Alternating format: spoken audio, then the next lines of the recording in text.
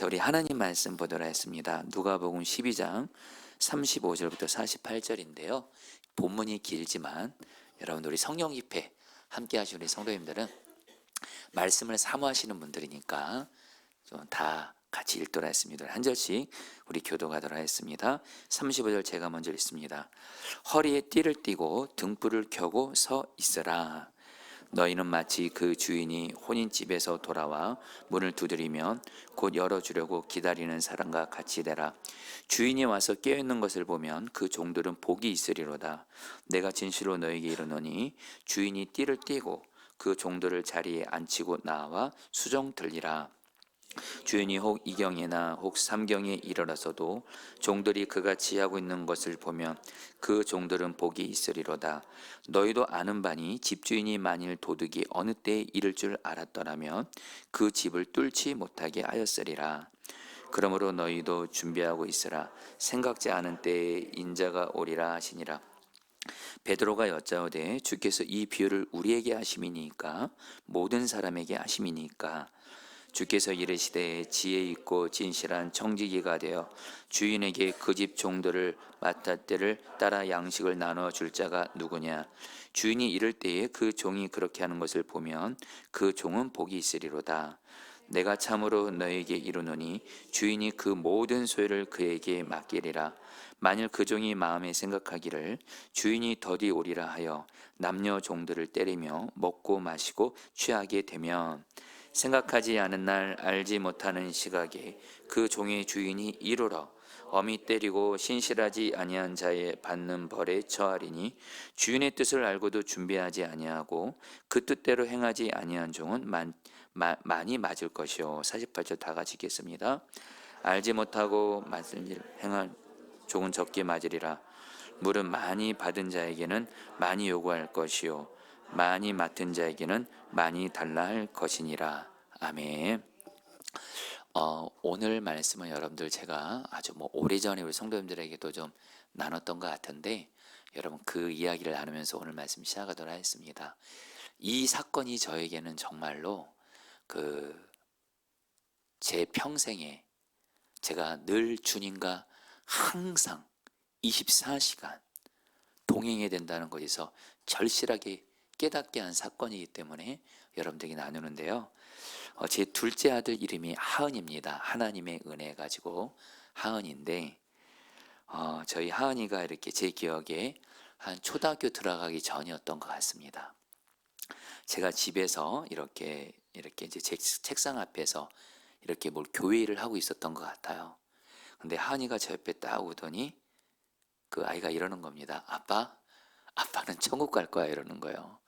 그래서 하은아 왜 그래? 그러니까 아빠는 착하잖아. 여러분 끝까지 들어보세요. 그러니까 얘가 보기에 아빠가 이렇게 자기한테나 가족들한테 이제 착하게 하는 것 같으니까 물론 예수 믿는 거, 구원받는 거, 천국 가는 거 믿음으로 구원받지만 이 아이가 볼 땐 정말 아빠가 이렇게 착하니까 우리 아빠는 천국 갈 거라고 이 아이가 생각했던 것 같아요. 기분은 좋더라고요. 여러분 사실 가족한테 인정받는 게 진짜잖아요. 그렇죠? 그런데 그리고 나서 얼마 후의 일입니다. 한 번은 아이들을 학교에 데리고 가려고 하는데 하은이가 얘가 그 당시에 여러분 아이들 중에도 말을 잘 듣는 아이가 있고 특별히 부모의 속을 이렇게 한계 상황까지 이렇게 긁는 아이가 꼭 있잖아요. 우리 하은이가 그랬습니다. 우리 하은이가 그랬어요. 얘가 워낙에 개성도 강하고 좋을 땐 좋은데 얘가 말을 안 들을 땐 그날따라 얘가 학교를 안 가겠다고 하는 거예요. 그래서 제가 이 아이를 달래보기도 했는데도 안 그래요. 계속 말을 안 들으니까 여러분 제 안에 여러분들 혈기가 부활한 거예요. 혈기를 내면서 제가 그때를 잊지 못해요. 제가 혈기가 이렇게 사로잡히니까 이 아이에게 심하게 말을 했습니다. 그리고 심하게 때렸습니다.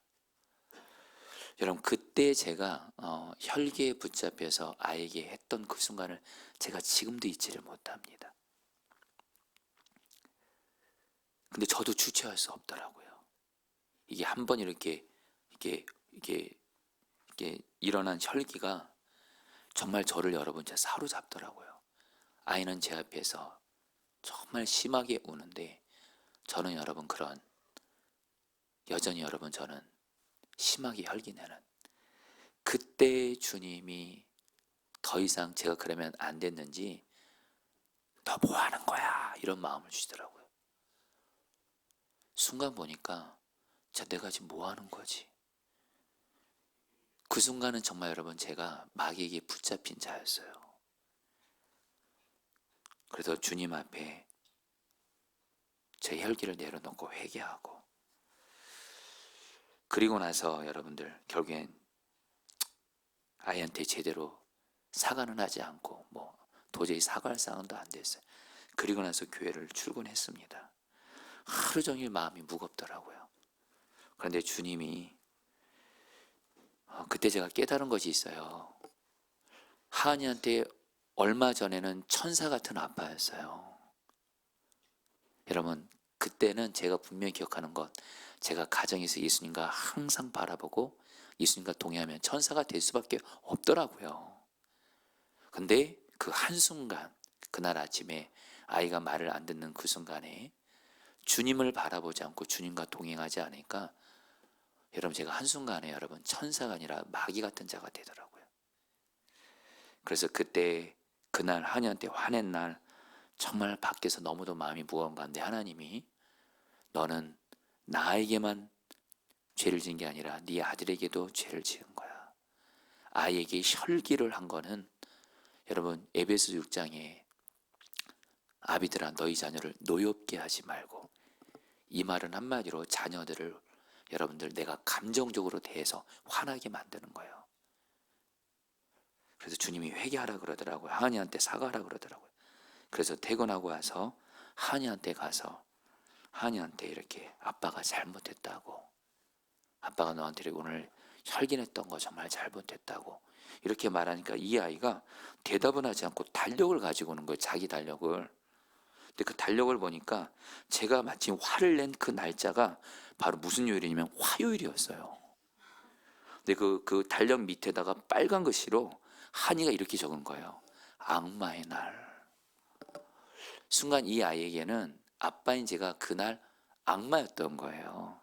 그래서 제가 그걸 보고 맞아 하나, 아빠가 그만 주님과 동행 안 했어. 그래서 아빠가 너한테 마귀 같은 자가 됐어. 하나, 아빠가 앞으로 잘할 테니까 한 번만 봐달라고 이렇게 제가 사과를 했어요. 그러니까 하은이가 대답을 하더라고요. 그러면서 그걸 지우는 거예요. 그러면서 하은이가 이렇게 한마디 더 하는 거예요. 한 번 더 화내면 다시 적을 거야. 여러분 저에게는 잊지 못하는 날이에요. 악마의 날. 바로 얼마 전엔 천사였거든요. 제가 그때 절실히 깨달은 게 뭔지 아세요? 제가 항상 예수님을 바라보고 동행하고 있으면 저는 예수님과 하나 돼서 천사가 되는 거고요.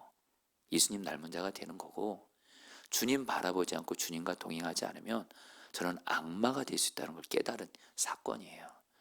그래서 저에게 주님이 주는 심각한 중요한 메시지예요. 예수님과 24시간 항상 동행해야 된다는 거예요. 주님을 바라보지 않고 동행하지 않는 그 순간 저는 여러분 마귀처럼 될 수 있는 자라는 거예요.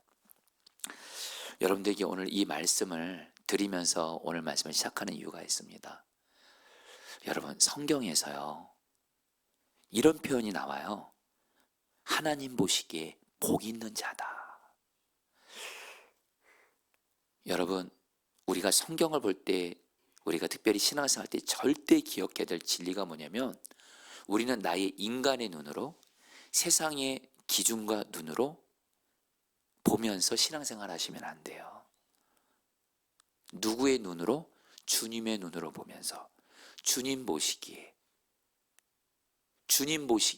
복 있는 자로 살아야 돼요. 여러분 세상에서는 어쩔 수 없는 현실입니다. 세상에서는 어떤 사람이 복 있는 자죠? 실력 있는 사람, 능력 있는 사람, 돈 많은 사람, 큰 집 사는 사람, 자동차 좋은 거 끌고 다니는 사람, 학벌 좋은 사람, 성공한 사람, 그게 복 있는 사람이에요, 세상에서는. 근데 여러분, 성경에서 주님은 뭐라고 말씀하실까요? 물론 이런 환경적인 복도 하나님이 주시기는 하지만 여러분, 성경은요 절대로 돈 많은 사람, 성공한 사람, 권력 있는 사람, 이런 사람을 복이 있다고는 말하진 않아요. 근데 여러분, 오늘 말씀에서, 오늘 우리가 읽은 누가복음 12장 35절부터 48절에서 예수님이 복 있는 자다, 복 있는 자다, 복 있는 자다 3번을 말해요. 그 사람이 어떤 사람인지 아세요? 바로 예수님과 24시간 항상 예수님과 동의하면서 깨어있는 사람, 이 사람은 바로 복 있는 자예요. 여러분, 저도 그렇고 여러분도 그렇고, 여러분 주님 보시기에 복 있는 자 되시기를 축복합니다. 여러분들 신앙생활 정말 바르게 하셔야 돼요. 제발 부디 이 교회 안에도 세상적인 가치관이 들어왔어요. 이걸 세속주의라고 합니다. 그래서 여러분, 교회도 말입니다, 교회도 그렇고 성도도 그렇고 돈 많으면 복 받은 거예요. 세상적으로 성공하면 복 받은 거예요. 좋은 대학 들어가면 복 받은 거예요. 큰 집 살고 있으면 복 받은 거고, 좋은 자동차 끌고 다니면 복 받은 거고. 누가 그러더라고요. 이렇게 새신자가 왔는데, 저기 요즘 말로 하면 진짜 비싼 차, 진짜 비싼 차, 제가 아는 비싼 차가, 저는 자동차를 잘 몰라요. 여러분, 벤츠를 타고 왔어요. 그러면 어떤 분이 그러더래요. 목사님 대어가 왔어요 그러더래요. 대어. 여러분, 교회 안에 이런 세상적인 가치관, 세속주의가 정말 많습니다. 지금 저와 우리 포도나무 교회는 절대로 그러지 맙시다. 주님의 눈으로, 주님이 성경을 통해서 진짜 복 있는 자라고 말씀하시는 그 길을 가면서 복 있는 자가 되시기를 바랍니다. 근데 어떤 사람이 복 있는 자예요? 24시간 항상 예수님과 동행하는 사람, 이 사람이 주님 보시기에 복 있는 사람이에요. 그리고 나중에 하나님 나라 가잖아요. 이 땅에서도 주님 보시기에 복 있는 자가, 이제 오늘 말씀 들어보시면 알겠지만, 저런들 이제 이 세상 떠나서 이제 하나님 앞에 가잖아요. 여러분, 미리 말씀드리면, 저와 여러분들 하나님 앞에 가면 우리 모두 다 상급 심판이라고 해서, 여러분들, 우리 예수 믿는 자들은 정죄받는 심판은 받지 않습니다. 여러분, 신앙생활 분명히 하셔야 돼요. 예수님을 믿는 자에게는 정죄함이 없습니다. 이 정죄란 말은 죄인으로 인정받아서 버림받는다는 뜻이에요. 지옥 간다는 거예요. 멸망한다는 거예요. 예수 믿는 저와 여러분들은, 여러분, 예수님 때문에 죄사함 받아서 정죄받지 않고 버림받지 않고 구원받게 됩니다. 할렐루야. 그런데 저 여러분들이 근데 심판을 받는 거 하나가 있어요. 오늘 여러분 뒤에 가서 말씀드리지만 바로 보상 심판, 상급 심판대가 있다 그래요. 이걸 원어로 배마라고 하는데, 운동선수들이 여러분 경주를 다 하고 시상대회에 오르잖아요. 저와 여러분들도 이 땅에서 인생의 경주를, 신앙의 경주를 다 마치고 나서 나중에 주님 앞에 그 상급 심판대에 서게 됩니다. 그런데 주님 보시기에 어떤 사람이 가장 주님 나라의 심판대에서 주님께 가장 큰 상 받을까요? 예수님과 24시간 동행하면서 깨어있는 사람이에요. 할렐루야. 저 여러분들 이 길을 가게 되기를 축복합니다. 자, 여러분, 오늘 말씀 보면요, 오늘 말씀에서 예수님께서 이제 예수님의 그 재림, 예수님이 재림하시는데, 예수님의 재림을 잘 준비하기 위해서 3가지 비유를 통해서 어떻게 하는 것이 깨어있는 것인지 말씀하시는데, 그 깨어있다는 그 핵심이 뭐냐? 바로 24시간 항상 계속 예수님과 동행하는 것이 깨어있는 거다. 이 3가지 비유를 통해서 일관되게 말씀하세요. 자, 그럼 여러분 볼까요? 먼저 35절부터 38절에서 예수님께서는 그 혼인잔치에 간 주인을 그 종들이 깨어서 기다리는 비유를 통해서 오늘 저 여러분들에게 영적으로 깨어있으라고 말씀하세요. 자, 여러분, 우리 35절 말씀 읽어볼까요? 허리에 띠를 띠고 있겠습니다. 시작. 허리에 띠를 띠고 등불을 켜고 서 있으라. 여러분, 예수님께서 오늘 이 말씀을 이렇게 시작해요. 허리에 띠를 띠고 등불을 켜고 서 있으라. 여러분, 허리에 띠를 띈다는 것은 뭐냐면 그 당시 유대인들이 입었던 겉옷은요, 길었어요. 통이 넓었어요. 그래서 반드시 일할 때 뭐 해야 돼요? 그 겉옷을 허리띠로 졸라 매야 돼요. 그러니까 허리에 띠를 띈다는 건 뭐예요? 내가 지금 일할 준비를 지금 하고 있는 거예요. 주인이 보기에 그 종이 허리에 띠를 띠고 있다는 얘기는 뭐예요? 지금 일할 준비가 되어 있다는 거예요. 준비가 되어 있다는 거예요. 또 하나, 등불을 켜고 서 있으라. 여러분, 이게 한글 성경에 이렇게 나왔지만 원어로 보면 아주 중요한 단어가 여러분 빠져 있습니다. 따라합니다. 계속적으로 등불을 켜두는 거예요. 계속적으로. 여러분, 이제 뒤에 가서 말씀드리겠지만 그 주인이, 여러분, 그 당시에 혼인 잔치는 밤에 열렸어요. 밤에. 그러니까 이 주인이 혼인 잔치를 밤에 나갑니다. 그러니까 당연히 돌아온 시간은 언제가 되겠어요? 어두운 밤 늦은 시간이나 새벽이 될 거 아니에요? 이때 종들이 등불을 켜고서 계속해서 키면서 주인을 기다리는 거예요. 한마디로 허리에 띠를 띈다는 거나 등불을 켜고 있는 거나 여기서 뭘 강조하는 거예요? 계속적으로 깨어 있다는 걸 의미합니다. 여러분, 한마디로 여러분, 이제 오늘 말씀 계속 보시면 알겠지만요, 저 여러분들 계속적으로 항상 깨어 있으셔야 돼요. 아멘이세요? 이게 바로 신앙생활 좋은 거예요. 이래야지 신앙생활이 성장해요. 뒤에 가서 이래야지 예수님 닮아간대도요. 이래야지 여러분들 어떤 문제도 이길 수 있는 신앙생활 하게 된대도요. 왜요? 여러분, 우리의 사실 문제는 뭐냐면요, 저도 그렇고 여러분들의 문제는 뭐냐면 우리는 주님과 동행을 한다고 하지만 항상 깨어있지 않은 때가 많다는 거예요. 어떨 때는 잘 깨어 있어요. 예를 들면 기도로, 어떨 때는 기도를 열심히 해요. 근데 또 어떨 때는 기도를 또 확 안 해요. 그냥 왔다 갔다 하는 거예요. 어떨 때는 말씀을 잘 묵상해요. 근데 어떨 때는 말씀 묵상 또 제대로 안 해요. 어떨 때는 예배를 또 잘 드려요. 어떨 때는 또 예배 또 안 드려요. 이렇게 신앙생활에 한결같지 않는 거, 이게 바로 깨어있지 않는 거예요. 근데 깨어있는 사람은 어떤 사람인 줄 아세요? 한결같아요. 항상 지속적으로 깨어있어요. 내 마음의 느낌과 기분에 상관없이, 여러분, 내 느낌과 감정과 기분에 따라서 신앙생활 하잖아요. 우리는 다 마귀의 밥이 돼버립니다. 여러분 다 동의되실 거예요. 내가 기분이 좋고 기도할 필이 있어야 된다는 거예요. 말씀을 읽고 싶어져야 된다는 거예요. 예배도 드리고 싶다라는 거예요. 여러분, 물론 그 귀한 마음이지만, 그러면 여러분 예배 안 드리고 싶을 때, 마음 들 때 있잖아요. 기도 안 하고 싶을 때 있잖아요. 말씀 안 보고 싶을 때 있잖아요. 전도 안 하고 싶을 때 있잖아요. 사랑 안 하고 싶을 때 있잖아요. 이때 여러분 내 맘대로 해봐요. 그게 바로 깨어있지 않는 거예요. 신앙생활의 핵심은 여러분들 항상 꾸준히 지속적인 거예요. 여기에 깨어있다라는 것이 여러분 깨어있다라는 거예요. 여러분, 그 한마디로 깨어있다는 것은 뭐, 여러분 이제 성경을 묵상하실 때 오늘 말씀뿐만이 아니라 성경 전체에서 깨어있으라 이렇게 나오잖아요. 이 말의 의미를 정확히 아시면 돼요. 바로 깨어있다는 얘기는 다른 거 아니에요. 주님과 24시간 항상 교제하고 동행하는 거, 그게 깨어있는 거예요. 성경의 근거 하나 좀 볼게요. 좀 본문은 길지만 데살로니가전서 5장 2절로 6절, 여러분 깁니다.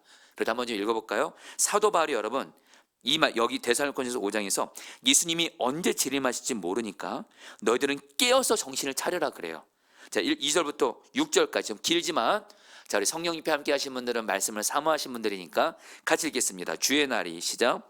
주의 날이 밤에 도둑같이 이룬 줄을 너희 자신이 자세히 알기 때문이라. 그들이 평안하다 안전하다 할 그때에 임신한 여자에게 해산의 고통이 이른과 같이 멸망이 갑자기 그들에게 이르리니 결코 피하지 못하리라. 형제들아, 너희는 어둠에 있지 아니하며 그날이 도둑같이 너에게 임하지 못하리니 너희는 다 빛의 아들이요 낮의 아들이라. 우리가 밤이나 어둠 속에 거하지 아니하나니 그러므로 우리는 다른 이들과 같이 자지 말고 오직 깨어 정신을 차릴지라. 한마디로 사도 바울이 예수님의 재림에 대해서 말씀하시면서 예수님이 도둑같이 오신다는 거예요. 아무도 그 시간은 모른다는 거예요. 그러나 깨어있는 사람에게는 예수님이 도둑같이 오지 않는다는 거예요. 늘 깨어있으니까. 늘 깨어있으니까. 근데 여러분, 그 깨어있는 게 뭘까요? 데살로니가서 5장 10절에서 깨어있는 게 뭔지 정확히 이렇게 말씀합니다. 세번역 성경이 더 쉬워서 같이 읽겠습니다. 깨어있는 게 뭘까요? 그리스도께서, 시작. 그리스도께서 우리를 위하여 죽으신 것은 우리가 깨어있든지 자고 있든지 그리스도와 함께 살게 하시려는 것입니다. 깨어있는 게 뭐예요? 우리가 그리스도와 함께 살게 하시려는 것, 바로 예수님과 동행하는 것. 할렐루야. 깨어있든지 자고 있든지, 이 말은 뭐예요? 항상. 그리고 여러분, 특별히 아까 데살로니가서 5장 10절에서 이렇게 말해요. 그리스도께서 우리를 위해서 죽으신 것은 우리가 깨어있든지 자고 있든지 항상 예수님과 함께 살게 하시는 것입니다. 여러분, 여기서 신앙생활의 목적이 나와요. 예수님이 여러분들 십자가에서 구원해 주셨잖아요. 단순히 예수 믿고 천국 가라고만 구원해 주셨을까요? 아니요. 이것만이 아니라 예수님과 함께 살라고, 예수님과 동행하라고. 여러분, 여기서 신앙생활의 목적이 나와요. 신앙생활의 핵심이 나와요. 신앙생활의 노른자가 나와요. 예수님과 동행하는 거예요. 할렐루야. 그러니까 저와 여러분들은 이제 신앙생활할 때 예수님과 24시간 항상 동행하는 것을 신앙생활의 목적으로 삼는 거예요. 할렐루야. 다시 한번 돈 많이 벌고 세상적으로 성공하고 자꾸 커지고 싶고 높아지려고 하고 이것으로 목적 삼으시면 안 돼요. 반드시 변질됩니다, 여러분들. 그 끝은 여러분들 신앙생활의 왜곡이고 변질이고 무너짐이 와요. 예수님과 동행하는 게 신앙생활의 목적이에요. 할렐루야. 너 어떻게 예수님과 동행해요? 항상 24시간. 할렐루야. 여러분, 제가 성경적인 근거를 좀 몇 가지 말씀드려 볼게요. 왜 우리가 예수님과 24시간 동행하는 것이 왜 중요하냐? 대표적인 근거가 요한복음 15장에 나오는 예수님 포도나무 우리는 가지, 이 말씀이에요. 여러분, 가지는요 포도나무에, 여러분 제가 질문할게요. 항상 붙어 있어야 돼요? 가끔 붙어 있어야 돼요? 항상 붙어 있어야 가지는 삽니다. 한순간도 가지는 포도나무부터 떨어지면 메말라요. 저 여러분들이 가지잖아요. 예수님이 우리의 포도나무예요. 예수님께 24시간 항상 붙어 있어야 예수님의 생명으로 24시간 사는 거예요. 할렐루야. 근데 예수님과 24시간 동행하지 않고 그냥 내 기분 따라서 내가 그냥 하고 싶을 때만 예수님 동행하고 예수님 떨어졌잖아요. 우리 다 경험해 보잖아요. 저와 여러분들 예수님 동행하지 않으면 우리는 아까 여러분 제가 제 간증도 했지만 우리는 마귀의 밥이 돼버린대도요. 여러분, 계속해서 근거 말씀드릴게요. 성경은 말해요. 주님이 우리의 목자고 우리는 양이라 그래요. 여러분, 양은 우리가 아는 대로 맹수들의 밥이에요. 양은 무기가 없어요. 무기가 없어요. 양은 어리석고요, 무기도 없고요, 어떤 맹수를 만나면 뭐 보호하는 색깔이라든가 싸울 그런 거 하나도 없어요. 양이 살 길은 딱 하나입니다. 목자 옆에만 있으면 돼요. 항상 있어야 돼요. 목자 항상 따라다녀야 돼요. 저와 여러분들 주님께 항상 붙어 있어야, 항상 동행할, 그게 사는 길이래도요. 그래요. 여러분 아시죠? 여러분, 우리 다윗, 하나님과 동행했던 다윗, 시편 16편 8절에서 다윗이 뭐라고 말해요? 이 말씀 때문에 다윗이 하나님 마음에 합한 사람이에요. 내가 여호와를 항상 내 앞에 모심이요. 여러분 따라볼까요? 내가 여호와를 항상 내 앞에 모심이요. 다윗은 항상 주님을 내 앞에 모셨다는 거예요.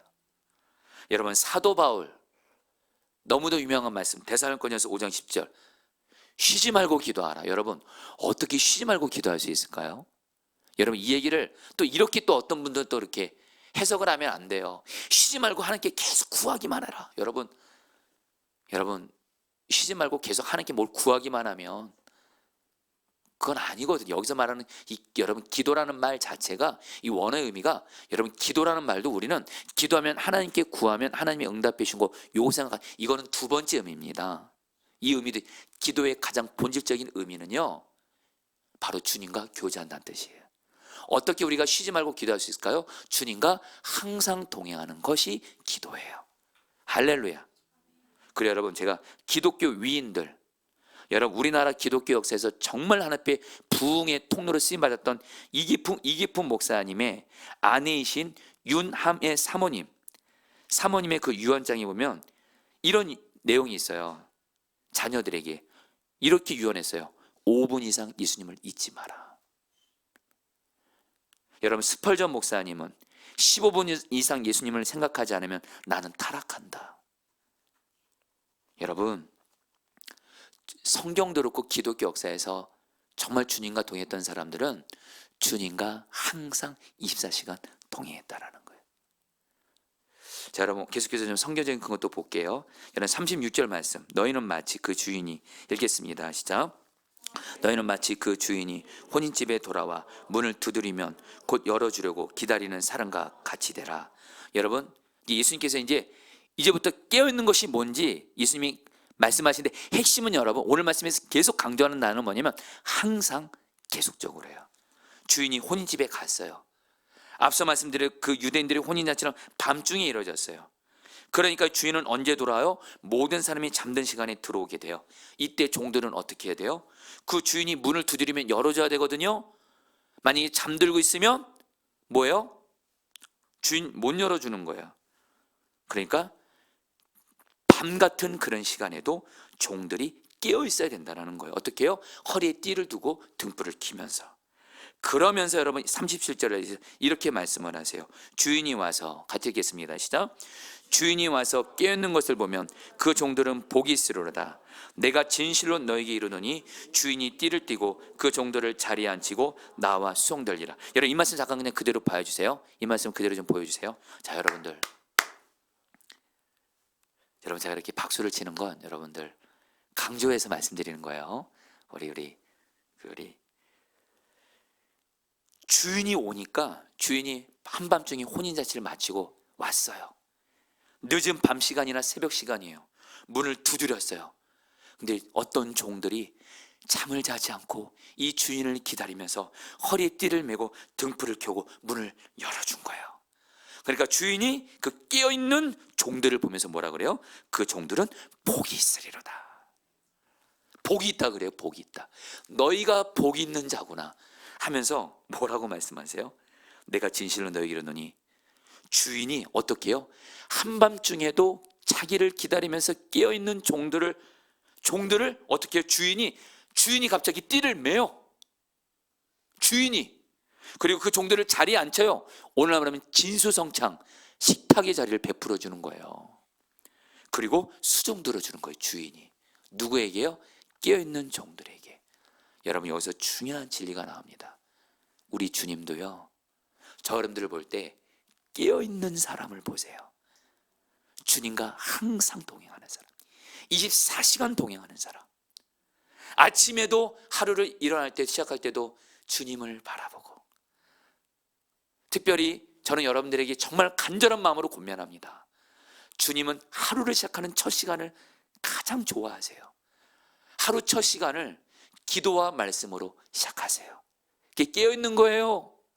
일어나자마자 급하게 그냥 얼굴 씻고 옷 입고 그냥 직장과 학교를 향해서 가는 거, 말씀 보지 않고 기도하지 않고 그냥 일에 그냥 바빠서 사람의 그냥 일정에 붙잡혀서 그냥 주님 기도 말씀하지 않고 주님 보시고 깨어있지 않는 거예요. 이건 학생들이나 어린이들이나 똑같습니다.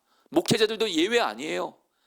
하루 시작할 때 주님과 동행하고 기도와 말씀으로, 그리고 일상의 삶을 오전, 점심, 오후를 주님과 동행하면서, 항상 동행하면서 가정에 있든 직장에 있든 학교에 있든 주님이 나와 함께 계시지. 그러면서 그 주님과 모든 걸 동행하면서 살다가 하루를 마무리할 때도, 여러분, 사실 마귀가 정말 유혹하는 시간이 밤 시간이에요. 하루를 마쳤을 때 그때도 이 시간에도 주님이 나와 함께하고 계시지, 나와 동행하길 원하시지. 그래서 하루를 마무리할 때도 이상한 거 하지 않고, 죄된 거 보지 않고, 죄된 거 행하지 않고, 특별히 요즘에 여러분들 너무도 우리가 주님과 동행하면서 영적으로 깨어있는 것을 방해하는 게 바로 여러분 영상이에요. 핸드폰 영상이에요. 여러분 다 여기 학생들이나 어른들 다 경험하셨을 거예요. 저도 그렇지만 하루를 마무리하면서 그냥 마음이 그냥 오늘 하루 그냥 쉬어서 긴장이 풀어지는 거예요. 여러분 쉴 땐 쉬어야죠. 그런데 여러분 꼭 기억하세요. 영적인 긴장만큼은 풀어지면 절대 안 돼요. 아멘이세요? 마귀가 우는 사람처럼 저들을 삼키려고 역사하는데도요, 영적인 긴장 딱 풀어지면 마귀가 그때 우리 마음에 역사하는 거예요. 보지 말할 거 보게 하고, 마음이 화니까 영상 보고, 그날 하루 새벽 기도회 때도 새벽에도 말씀과 기도를 하루 잘 시작하고 주님과 동행하면서 하루를 잘 보냈는데 마지막 그 순간에 영상, 유익한 거 보지 않고 오히려 죄 짓는 영상 보게 하면서 결국엔 하루 잠잘 때 여러분들 안타까워하면서 이러지 말라라는 거예요. 여러분 주님과 항상 24시간 동행하는 사람은요, 주님이 그 사람을 섬기시겠대요. 주님이 그 사람을 정말 복을 주시는 거예요. 복 있는 자이기 때문에. 할렐루야. 여러분 38절 말씀도 보세요. 여기서 24시간 주님과 동행하라는 말씀이 나온 거예요. 여러분 주인이 혹 이경이나, 읽겠습니다. 시작. 주인이 혹 이경이나 혹 삼경에 이르러서도 종들이 그같이 하고 있는 것을 보면 그 종들은 복이 있으리라. 여러분 예수님이 계속 말씀하세요. 복이 있는 자다. 복 있는 사람이 어떤 사람이요? 주인이 혹 이경이나 삼경이 온다. 여러분 여기서 이 이경과 삼경은요, 유대인들 사이에서 이경은 밤 10시에서 2시예요. 삼경은 새벽 2시에서 6시예요. 와우, 밤새는 거예요. 이 시간에도 뭐예요? 이런 시간에도 깨어있는 사람, 그 사람은 복이 있다라는 거예요. 여러분 24시간이 이 말은요, 여러분 우리가 잠드는 순간에도 있잖아요. 여러분 정말 그렇게 해보세요. 잠을 잘 때도 여러분 잠자기 전에 또 꼭 주님과 동행하세요. 할렐루야. 기도로 마무리하시고, 말씀을 보면서 마무리하시든, 찬양을 들으면서 마무리하시든, 그래서 주님, 제가 주님과 동행하면서 잠잡니다. 잠자면서도 주님과 동행하게 해주세요. 그러잖아요. 꿈속에서도 자는 순간에도 주와 동행하는 은혜를 누릴 거예요.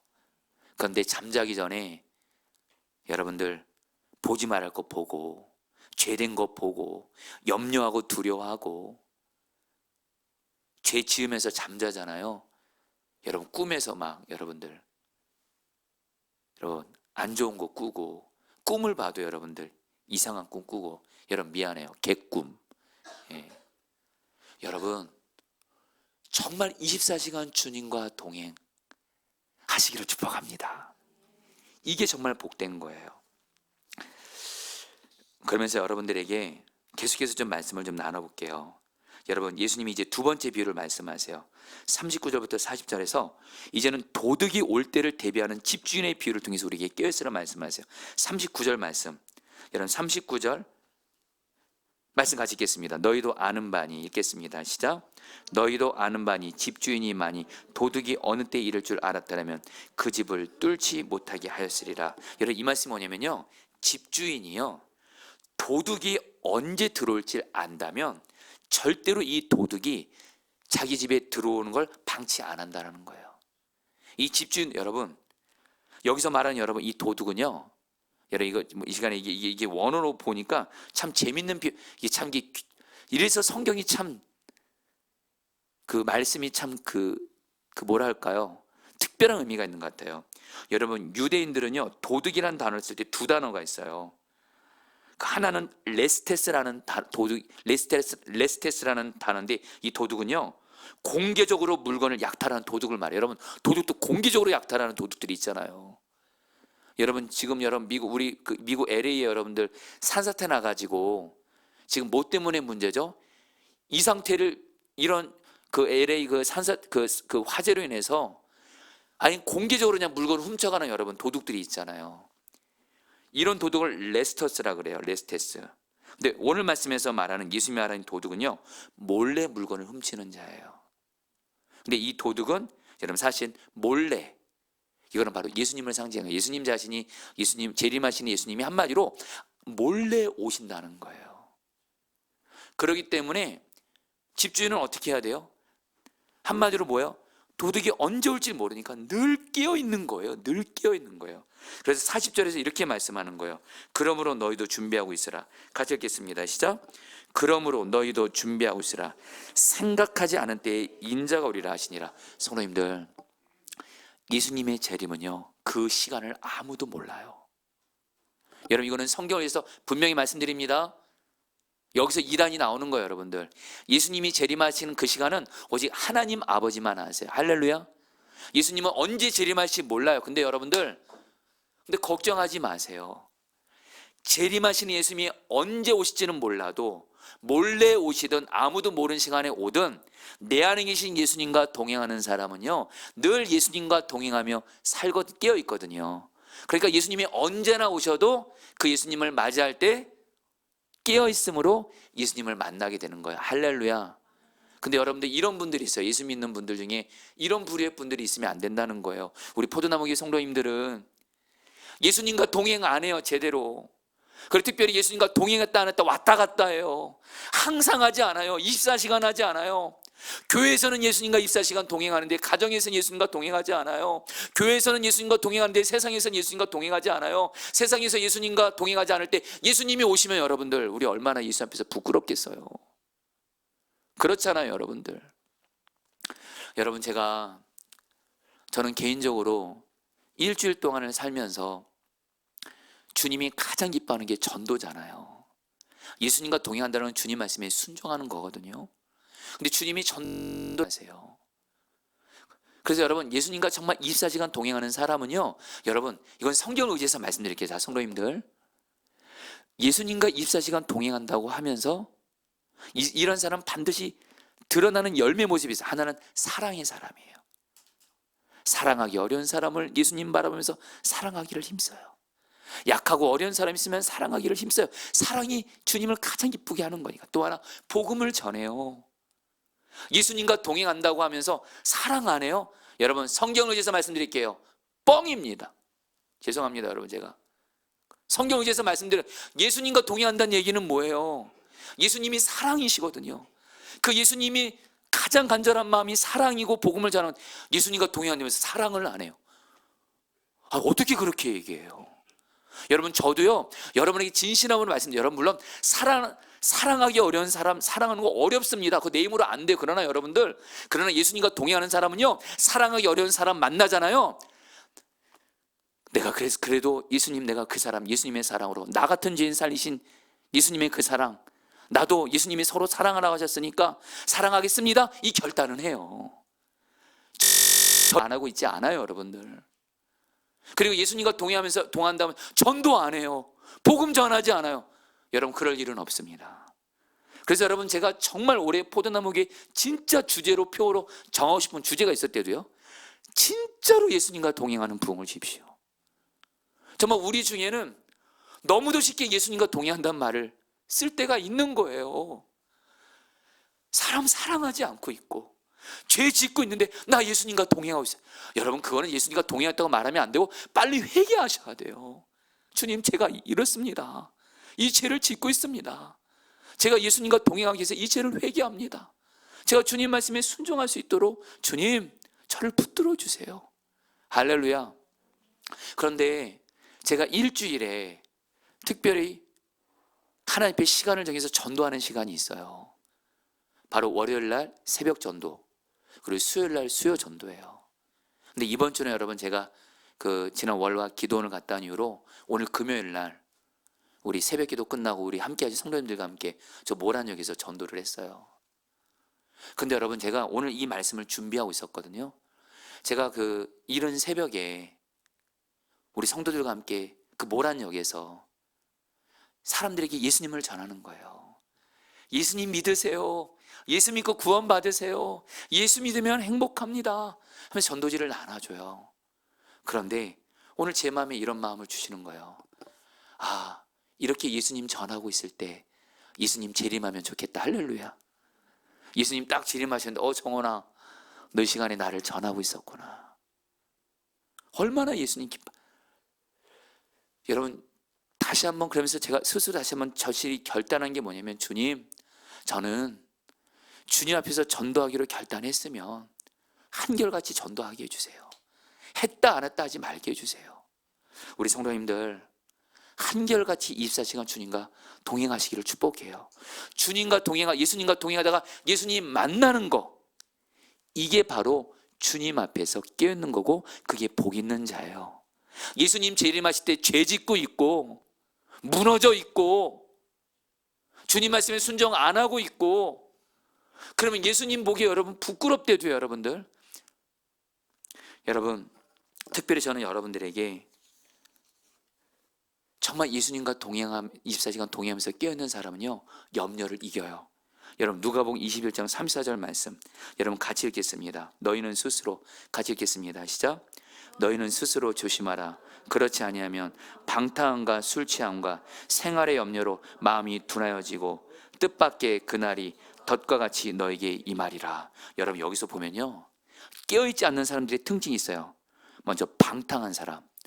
아마 우리 성도 중에 그런 분들은 없을 거예요. 우리 아이들 중에도. 근데 술 취한 사람. 자, 여러분 중에 혹시 술 취하신 분 없으시죠? 없죠? 네. 근데 여러분들, 생활의 염려로 마음이 둔해진 거, 이게 바로 깨어있지 않는 거래요. 저와 여러분들이 생활의 염려로 깨어있지 않잖아요. 한마디로 먹고 사는 거, 돈 때문에 염려하고 미래 때문에 염려하고. 여러분, 저는 결코, 여러분 저도 이렇게 살아가면서 신앙생활 해보지만 진짜 이 염려라는 이것이요, 결코 쉬운 문제는 아니에요. 저도 정직히 고백합니다. 여러분, 저도 지난 성령 집회 때 염려하지 말라는 말씀 전했잖아요. 하나님 아버지를 믿음으로. 그럼 제 지난 한 주간 제 모습이 어땠을까요? 예, 솔직히 고백하면 염려했던 모습도 솔직히 좀 있었습니다. 그러나 하나님이 오늘 이 말씀을 준비하면서 저에게 좀 지난 한 주가 좀 저에게 좀 깨닫게 하신 일이 있었어요. 제가 지난 여러분들 월요일날 화요일날 필그림 하우스라는 곳에 가서, 여러분, 그곳에 가서 주님과 기도하는 시간을 가졌어요. 거기서 말씀도 충분히 보고 기도도 하고, 정말 여러분들 주님 보시기에도 그렇고, 참고로 우리 하영 씨가 저와 같이 갔어요. 우리 넷째 아들 하영이가 저를 다 봤어요. 예, 감사하게 우리 하영이 보기에도 부끄러운 모습은 없었어요. 할렐루야. 예, 하영이한테 물어보세요. 아빠 그 기도원 가서 뭐 했냐. 근데 여러분, 기도원 가서 정말 말씀과 기도로 깨어있으니까 저에게도 여러분 염려할 만한 문제 있거든요. 그것이 다가와도 말씀과 기도를 깨어있고 주님을 바라보고 말씀 붙들고니까 이기게 하시더라고요. 근데 문제는 화요일날 집에 올 때였어요. 월화 딱 잘 보내고 집에 딱 오니까 여러분 마음에 승리감이 있는 거예요. 이게 바로 주님과 동행하는 거지. 염려를 이기고. 그런데 여러분, 저녁쯤에 갑자기 어떤 문제를 바라보니까 염려가 확 제 안에 들어오는 거예요. 그러니까 두려움이 밀려오는 거예요. 그러니까 그것 때문에 힘들면서 여러분, 제가요, 여러분들이 그냥 정직하게 자수합니다. 제가 유튜브 영상 별로 유익하지도 않고, 여러분 물론 제된 걸 본 건 아니지만 봐도 유익하게 없는 그런 시간 낭비, 그런 거 제가 보는 거예요.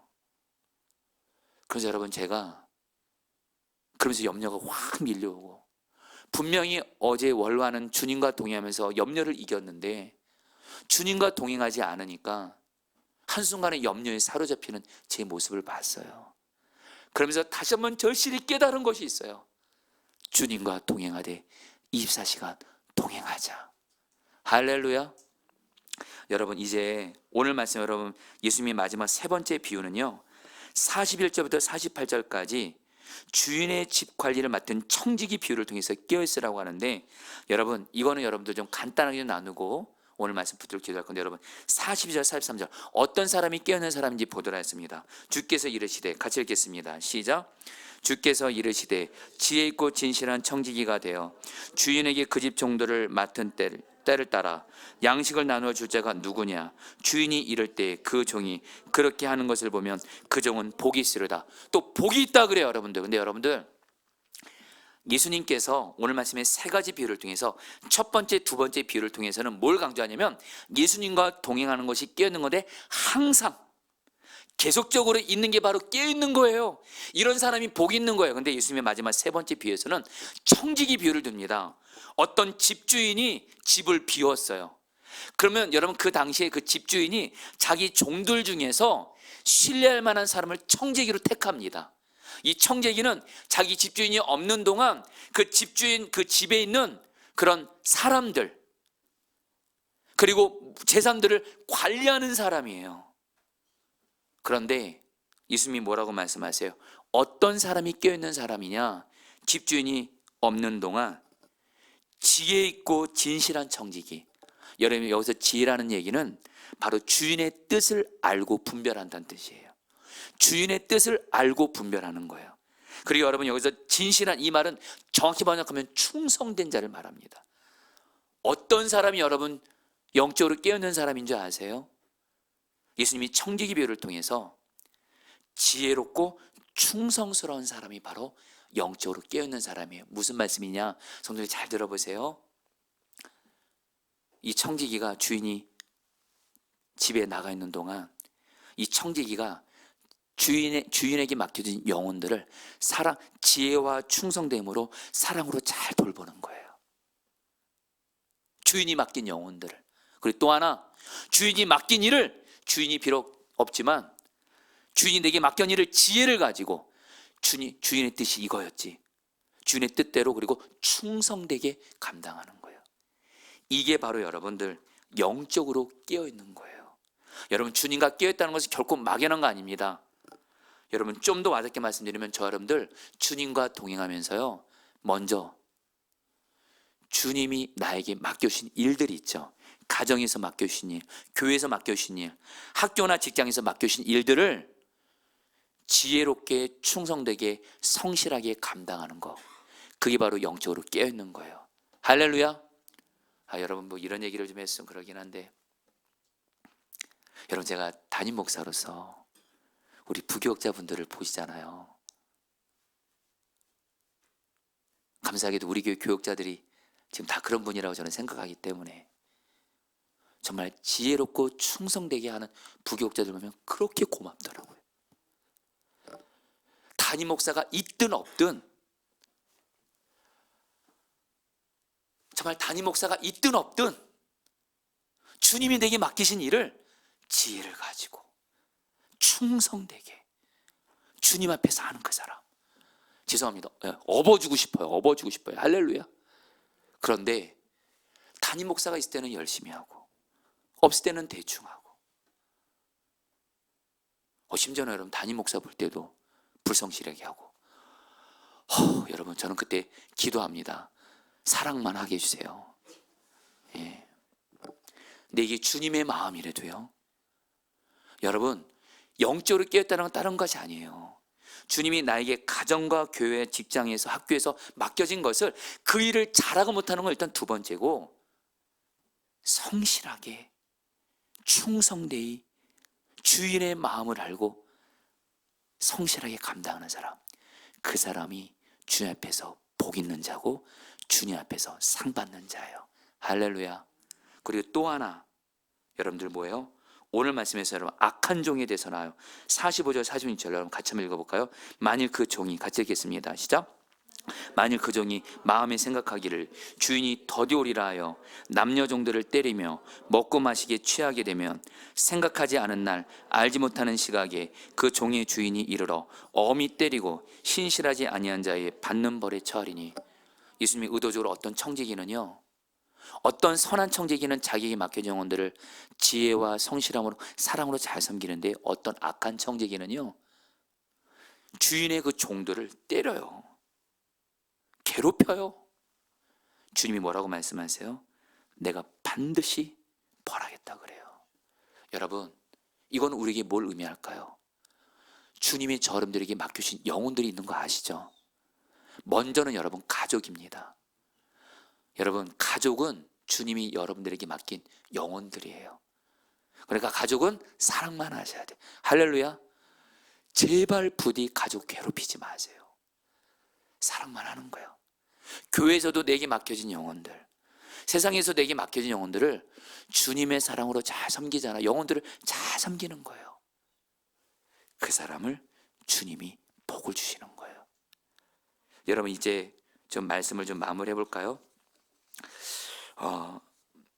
여러분, 우리 그 고린도후서 5장 10절 뒷부분에 있는데요. 이 말씀, 여러분, 우리 이게 바로 그 보상 심판, 상급 심판입니다. 우리는 모두 같이 읽겠습니다. 시작. 우리는 모두 그리스도의 심판대 앞에 나타나야 합니다. 그리하여 각 사람은 선한 일이든지 악한 일이든지 몸을 행한 모든 일에 따라 마땅한 보응을 받아야 합니다. 여러분, 저 여러분들도 다 심판대 앞에 서게 됩니다. 보상 심판대.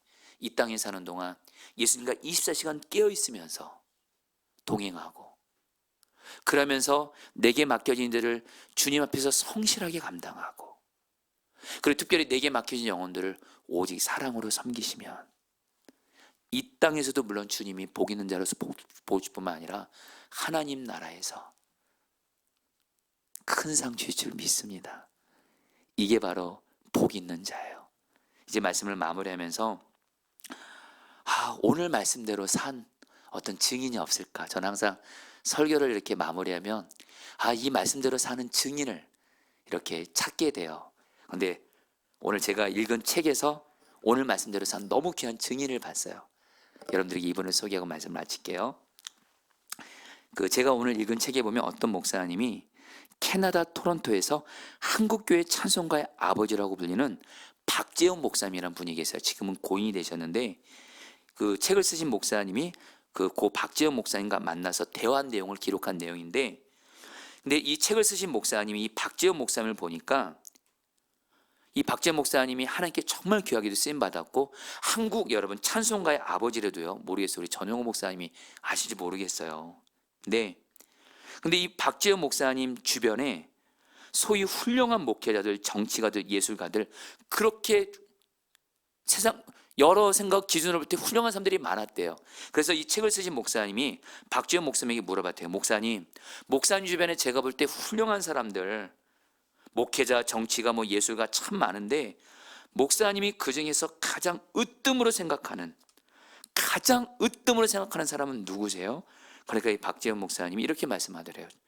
내 친구 맹의순이지. 그는 예수님을 가장 닮았던 친구였어.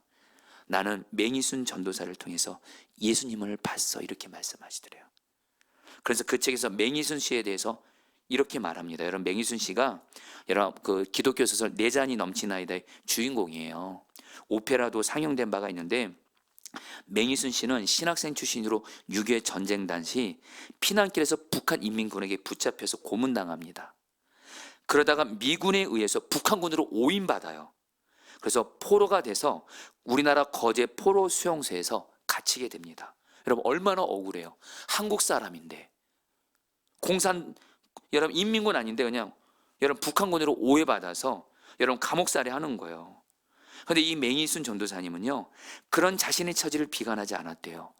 그 수용소에 교회를 세운 거예요. 광야교회. 그리고 거기서 전도를 시작하는 거예요. 주님과 24시간 항상 동행하면서 새벽을 기도로 시작해요. 그리고 낮 예배 성경 공부를 인도하고 밤에는 찬 대야에 물을 담아서 수용소 가운데서도 가장 버림받은 약한 자인 중공군들 환자병동을 찾아가면서 그들의 손가발을 씻겨주는 거예요. 그래서 시편 23편을 읽어주면서 시편 23편이 여러분 어떤 말씀이 나죠? 내 잔이 넘치나이다. 이걸 고백하면서 그들의 손가발을 닦아주는 거예요. 그러면서 이런 기도를 드렸대요. 주님, 지옥이 존재한다는 것을 알면서 제가 어떻게 저만 혼자 천국 간다고 즐기겠습니까? 주여, 예수 믿지 않고 저주받은 저들을 불쌍히 여기사 천국에 들여보내주든지 아니면 저를 지옥으로 보내어 고통받는 저들을 위로하게 하소서.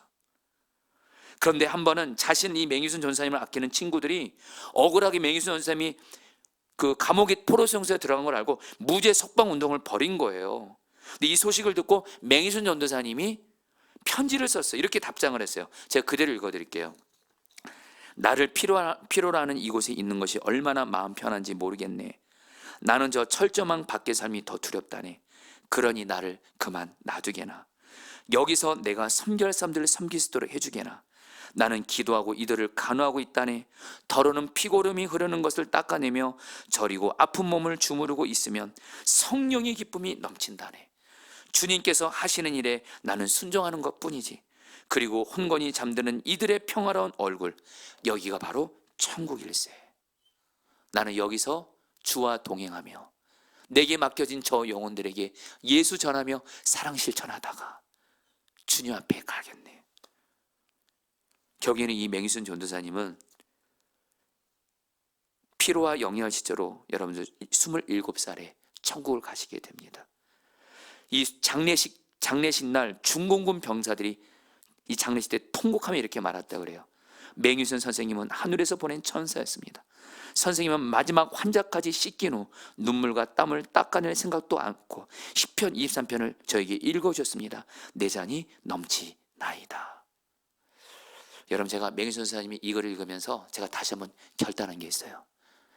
나도 맹희순 전사처럼 예수님과 항상 동행하면서 내게 맡긴 영혼들 사랑하다가 주님 앞에서 큰 자로 인정받는 이 길만을 가야지. 세상적인 목사 되지 말아야지. 큰 것 추구하고 성공 추구하고 돈 추구하고 이런 목사가 아니라 예수님과 24시간 동행하며 맡겨진 영혼들을 사랑으로 섬기는 이 길을 특별히 복음 전하고 특별히 소외받는 영혼들, 그들이고 주님이니까 그들 섬기다가 주님 앞에 가서 주님 앞에 칭찬받는 종이 돼야지. 여러분들도 그래야 하시기를 축복합니다. 이게 바로 복 있는 자의 길이에요. 우리 같이 함께 찬양하도록 하겠습니다. 내 모습 이대로.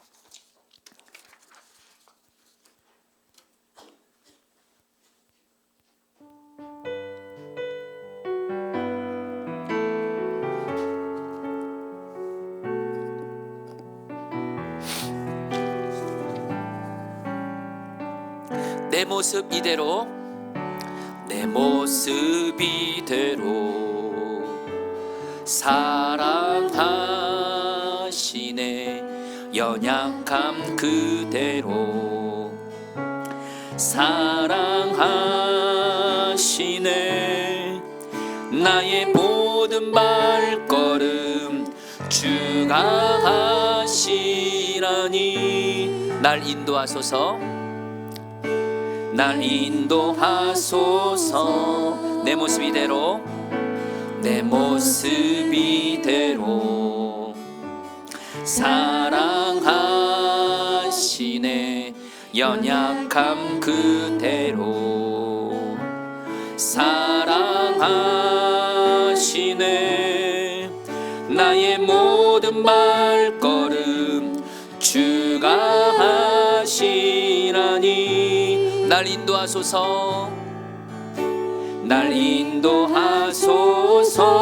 주의 날개 아래 거하는 것, 주의 날개 아래 거하는 것, 주의 임재 안에 거하는 것, 주의 임재 안에 거하는 것. 나의 가장 큰 소망, 나의 가장 큰 소망, 나의 가장 큰 은혜. 주와 함께 동행하는 일, 주와 함께 동행하는 일. 주의 날개 아래 거하는 것, 주의 날개 아래 거하는 것,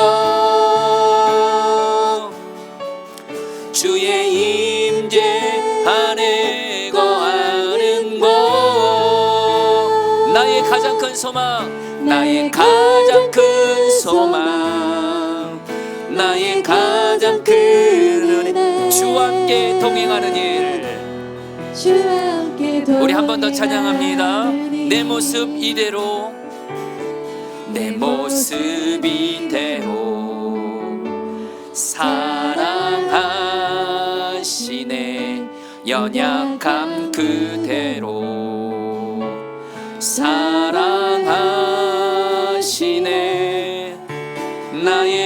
모든 발걸음 주가 하시라니.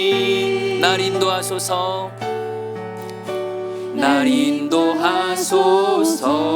내 모습 이대로, 내 모습 이대로 사랑하시네.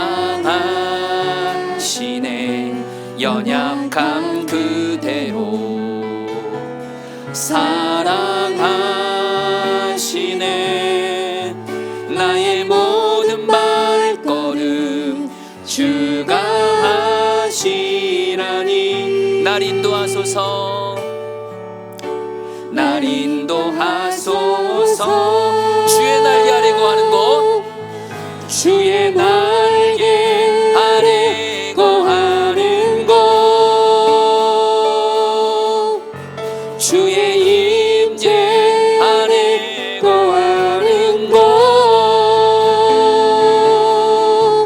나의 가장 큰 소망, 나의 가장 큰 은혜. 주와 함께 동행하는 일, 주와 함께 동행하는 주의 날개 아래 거하는 것, 주의 날개 아래 거하는 것, 주의 임재 안에 거하는 것, 주의 임재 안에 거하는 것. 나의 가장 큰 소망, 나의 가장 큰 소망, 나의 가장 큰 은혜. 주와 함께 동행하는 일.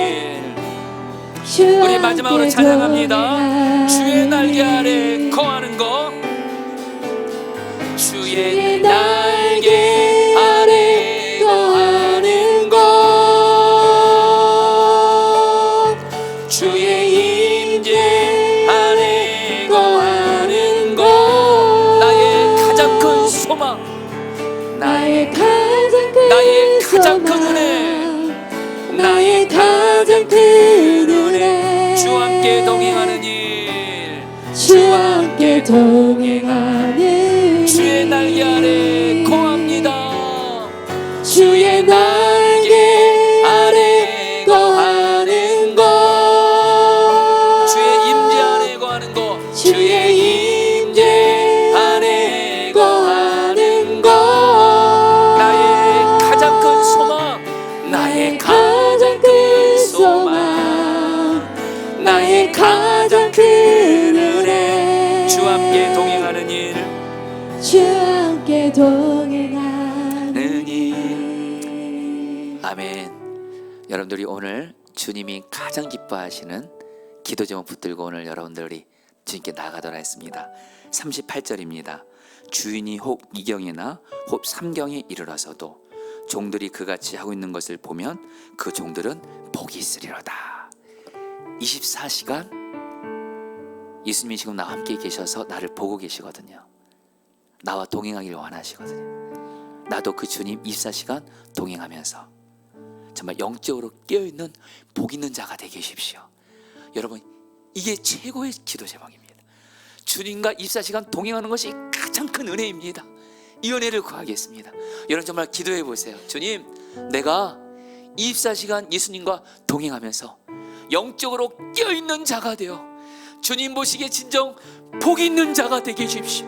주님 나라에서 가장 큰 상을 받는 자가 되게 해주십시오. 우리 주 한번 부르고 기도하겠습니다. 기도합니다.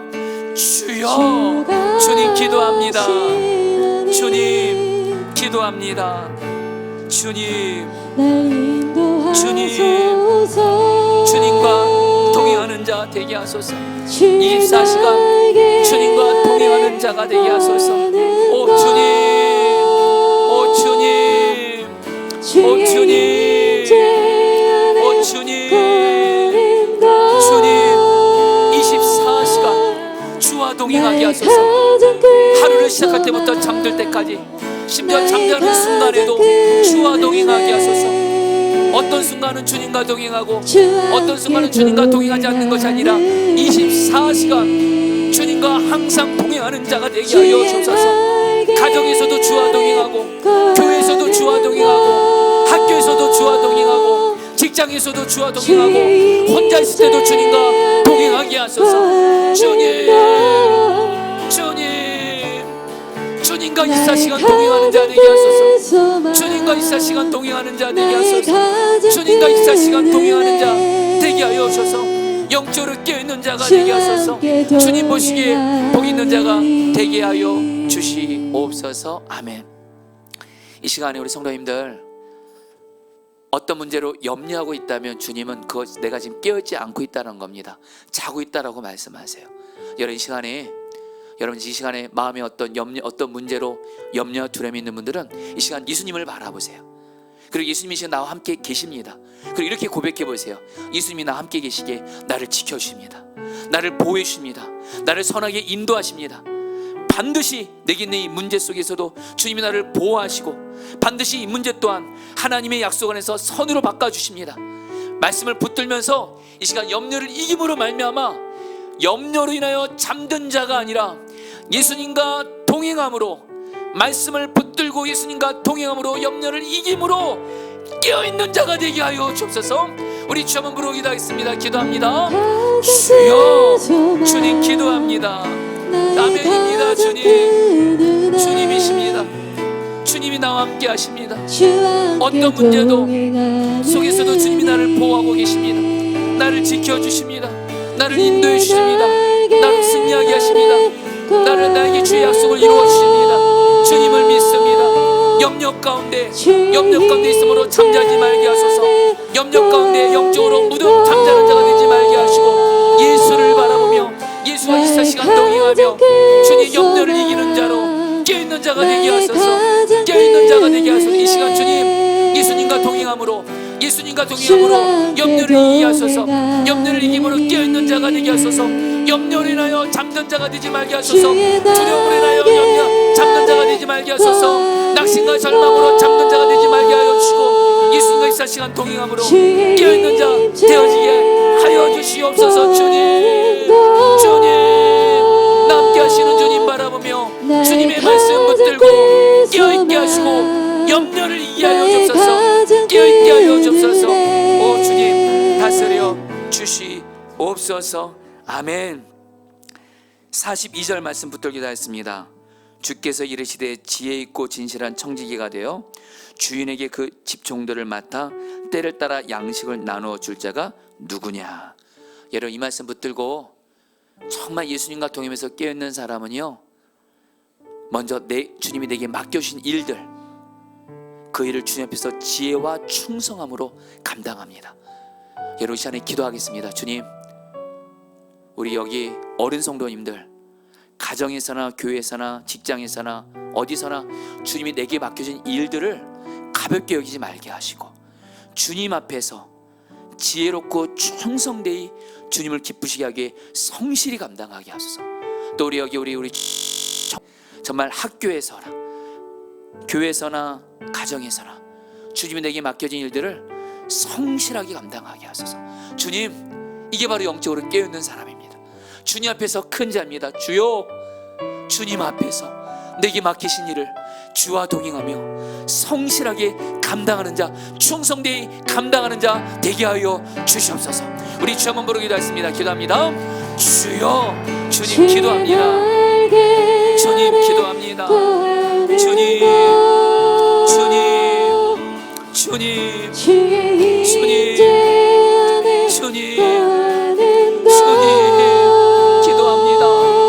기도합니다. 주님 앞에서 성실함으로 감당하게 하소서. 성실함으로 감당하게 하소서. 주님이 내게 가정으로 맡겨진, 나에게 아빠로서, 남편으로서, 자녀로서 맡겨진 일들을 주님을 경외함으로 성실함으로 감당하게 하소서. 포도나무교회 담임 목사로서 주님이 내게 맡겨주신 하나님 사명을, 일들을 지혜와 성실함으로 감당하게 하여 주옵소서. 주님이 내게 맡겨진 일들을 하나님 불성실함으로 감당하지 말게 하시고 성실하게 감당함으로 깨어있는 자가 되게 하소서. 깨어있는 자가 되게 하소서. 깨어있는 자가 되게 하소서. 그래서 주님 보시기에 복 있는 자가 되게 하여 주시옵소서. 아멘. 이제 마지막으로 기도하겠습니다. 37절입니다. 주인이 와서 깨어있는 것을 보면 그 종들은 복이 있으리로다. 내가 진실로 너에게 이르노니 주인이 띠를 띠고 그 종들을 자리에 앉히고 나와 수송들리라. 여러분, 주님께서 우리가 이 땅에 사는 동안 내게 맡긴 영혼들을 사랑으로 잘 섬기잖아요. 주님의 사랑으로 내게 맡겨진 가족들 사랑으로 잘 섬기고, 교회에서도 내게 맡겨진 영혼들 사랑으로 잘 섬기고, 세상에서도 내게 허락하신 영혼들을 사랑으로 잘 섬기면 주님이 우리를 섬겨주시겠대요. 주님이 우리에게 은혜와 복을 주시겠대요. 우리 시간에 마지막으로 기도할 때, 주님, 이 땅에 사는 동안 주님이 내게 맡겨주신 영혼들, 가정과 교회와 세상과 학교에서 맡겨진 모든 영혼들을 주님의 사랑으로 사랑만 하게 해주십시오. 사랑으로 잘 섬기게 해주십시오. 사랑하기 어려운 그 사람도 예수님이 사랑하시오니 사랑만 하게 하시오. 특별히 약하고 소외받는 영혼들 예수님이라 생각하고 사랑으로 잘 섬기게 하여 주옵소서. 그래서 진정 주님 보시기에 복이 있는 자요, 나중에 주님의 심판대 앞에서 가장 큰 상 받는 자 되게 하여 주옵소서. 마지막으로 좀 한번 부르고 기도하겠습니다. 기도합니다. 주여